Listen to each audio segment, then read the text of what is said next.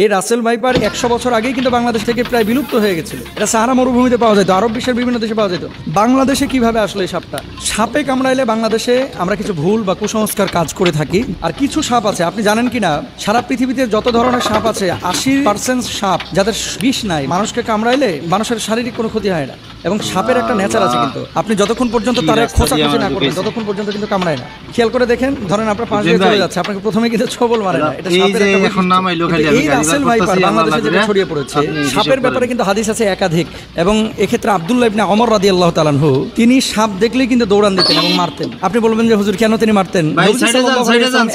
সাপের ব্যাপারে খুব সতর্ক করেছিলেন সাহাবীদেরকে। কোন সাপ? দেখেন, নবীজি সাল্লাল্লাহু আলাইহি ওয়াসাল্লাম সেই সাপের ব্যাপারে আয়েশা রাদিয়াল্লাহু তাআলা আনহা قالت আমরা রাসূলুল্লাহ সাল্লাল্লাহু আলাইহি ওয়াসাল্লাম বিকতলি জিতুফিয়াতাইনি ফাইন্নাহু ইয়ালতামিসুল বাসার ওয়া ইউসিবুল হাবাল। আয়েশা রাদিয়াল্লাহু তাআলা আনহা থেকে বর্ণিত, তিনি বলেন রাসূল আকরাম সাল্লাল্লাহু আলাইহি ওয়াসাল্লাম পিঠে দুটি সাদা রেখা বিশিষ্ট বিষধর সাপ মেরে ফেলার নির্দেশ দিয়েছেন, কারণ তার দৃষ্টিশক্তি কেড়ে নেয় এবং গর্ভস্থ সন্তানের উপরে বিরূপ প্রতিক্রিয়া সৃষ্টি করে। গর্ভে যে সন্তান থাকে, এরকম কোন মাকে যদি এই সাদা রেখা বিশিষ্ট সাপ দংশন করে, তাহলে সেই সন্তানের উপরে ইফেক্ট করে, মায়ের উপরে ইফেক্ট করে। এটা নবীজি নিজে বলেছেন। কোথায় আছে হাদিসটি? এই হাদিসটি আম্মাজান আয়েশা সিদ্দিকা রাদিয়াল্লাহু তাআলা আনহা থেকে বর্ণিত। আরেকটি হাদিস, ওয়াকালাল আবতারু ওয়াদুতুফ ইয়াতাইনে, নবীজি কি বলছেন? লেজ খসে যাওয়া এবং পিঠে দুটি সাদা রেখা বিশিষ্ট সাপ। আব্দুল্লাহ ইবনে ওমর রাদিয়াল্লাহু তাআলা আনহু একটা সাপ দেখলেন, তারপরে এটার পিছু নিয়েছেন। অন্যান্য সাহাবীরা ওনাকে বলছেন, এই তুমি কোথায় যাচ্ছ? এই যে সাপ, নবীজি সাল্লাল্লাহু আলাইহি ওয়াসাল্লাম তো সাপ দেখলে মেরে ফেলতে বলেছেন, এজন্য আমি মারার জন্য যাচ্ছি। তো সাহাবীরা বললেন, তুমি কি শোনো নাই যে ঘরে এবং ঘরের বাইরে যে সমস্ত সাপগুলো মানুষের আশপাশে থাকে, এই সাপগুলো তোমাকে দংশন না করলে, তোমার ক্ষতির কারণ না হলে তুমি তাকে হত্যা করতে পারবে না। এটা নবীজি নিজেই নিষেধ করেছেন। তাহলে কি এখান থেকে বোঝা যায় যে যেই সাপটা আপনার শরীরের জন্য ক্ষতিকর, আপনার জীবন বিনাশ করবে, সেই সাপটা আপনার হত্যা করতে হবে। আর কিছু সাপ আছে, আপনি জানেন কিনা, সারা পৃথিবীতে যত ধরনের সাপ আছে 80% সাপ যাদের বিষ নাই, মানুষকে কামড়াইলে এই মানুষের শারীরিক কোনো ক্ষতি হয় না। এবং সাপের একটা নেচার আছে, কিন্তু আপনি যতক্ষণ পর্যন্ত তার খোঁচাখুচি না করবেন ততক্ষণ পর্যন্ত কিন্তু কামড়ায় না।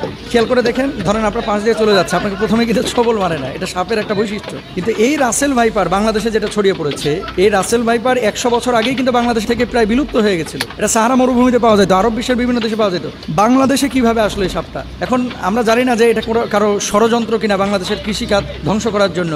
এই রাসেল ভাইপার ছাড়িয়ে দিলে কৃষকরা ভয়ে মাঠে যাবে না, ধান কাটতে পারবে না বা জঙ্গলে যাবে না, কারণ এটার ইফেক্ট কিন্তু কৃষিখাতে অবশ্যই পড়বে।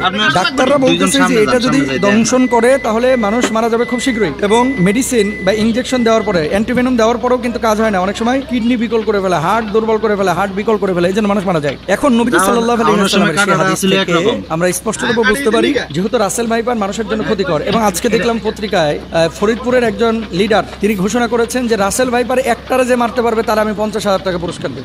এখন মানুষের জীবন আগে ভাই। প্রাণী, এই সাপ, পোকামাকড় যারা দংশন করে, এগুলো পরিবেশের ভারসাম্য অবশ্যই রক্ষা করে, কিন্তু মানুষের জীবনের জন্য যদি ক্ষতির কারণ হয়ে দাঁড়ায়, নবীজির ভাষ্য অনুসারে সেটাকে হত্যা করতে হবে। এবং ইভেন কুকুর, রাস্তায় যে সমস্ত কুকুর ঘোরাফেরা করে আপনার কোনো ক্ষতি করে না, তাদেরকে হত্যার কথা বলা হয় না। কিন্তু এমন কুকুর যদি থাকে যে এই কুকুর দেখলেই আপনার পেছন থেকে ধাওয়া করে, বাচ্চাদেরকে কামড়ে দেয়, এই কুকুরগুলোকে হত্যা করতে বলা হয়েছে। সুতরাং রাসেল ভাইপারের যে বিষয়টা, এটা হাদিস থেকে আমরা যেটা বুঝি, নবীজি সাল্লাল্লাহু আলাইহি ওয়াসাল্লাম বলেছেন ক্ষতিকারক যদি হয়ে থাকে তাহলে সেখানে তাকে হত্যা করা যাবে।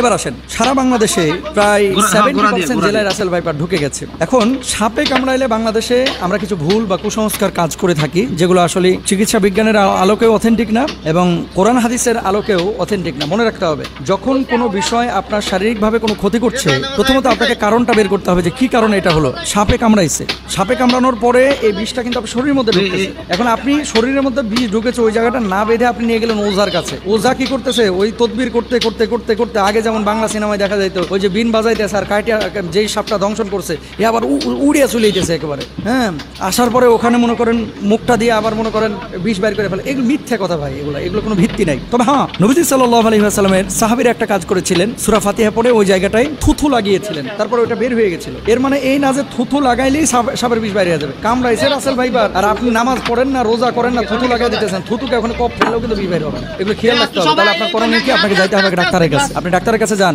যাওয়ার পরে আপনি চিকিৎসা নেবেন। আর ওজা তারপরে বিন বাজানো এই সমস্ত জিনিসগুলো অথেন্টিক যেহেতু না, যে জায়গাটায় অথেন্টিক বা কারো কাছে এমন কোনো মেডিসিন থাকলে আপনি সেই জায়গাটায় চিকিৎসা নিতে পারেন। আবার আমাকে ভুল বুঝেন না, ঝাড়ফুঁক ইসলামে কিন্তু জায়েজ, কিন্তু কবিরাজির নামে এই যে বিন বাজাইতে বাজাইতে সাপকে দৌড়ায় নিয়ে আসা। আচ্ছা ভাই, সাপ এখানে কামড়ানোর পর কি বসে থাকে? বুঝছেন কথা, ধরেন কামড়াইলো উত্তরা 10 নম্বর সেক্টরে, সাপটা 10 নম্বরে কামড়ায় ওই ভাসতে ভাসতে ভাসতে ভাসতে রাত্রে সফর করতে করতে টঙ্গি চলে গেছে। এখন আপনি এখানে বিন বাজাইতেছেন, সাপ আছে টঙ্গিতে, উত্তরা 10 নম্বর থেকে গাড়ির আওয়াজে সাপ বিনের আওয়াজ পাইবে কিভাবে? জিনিসগুলো কিন্তু একটা ভাবার বিষয়। তাহলে আমরা এই বিষয়গুলো খেয়াল রাখবো। সাপে কামড়াইলে চিকিৎসা নেওয়ার চেষ্টা করব। সাপে কামড়ানো জায়গায় তৎক্ষণাৎ পরিষ্কার করে ব্যান্ডেজ বা সুতির কাপড় দিয়ে ঢেকে দিব, এটা ডাক্তাররা বলছেন। এবং সেই জায়গাটায় রশি দিয়ে হালকা করে বেঁধে দিবেন যাতে করে বিষটা উপরে যাইতে না পারে। মনে রাখবেন, আপনি পানির মধ্যে পা দিয়ে রেখেছেন, পানিতে থাকা কোনো সাপ যদি পায়ের উপরে কামড় দেয়, এটা খুব মনোযোগ দিয়ে শুনবেন। আপনি পানিতে আছেন, ঠিক সেই সময় সাপ আপনার পায়ে কামড় দিয়েছে, আপনি নিশ্চিত থাকবেন যে আপনার শরীরে বিষ ঢুকবে না। কেন বলেন তো? সাপটা যখন কামড় দেয়, বিষটা যখন এই তার দাঁত থেকে বা মুখ থেকে ছাড়ে, বিষটা ছাড়ার সাথে সাথে পানির সাথে মিশে ওই বিষটা শরীরের মধ্যে ঢোকে না। এই জন্য সাধারণত বিষধর সাপ পানির মধ্যে কামড় দেয়।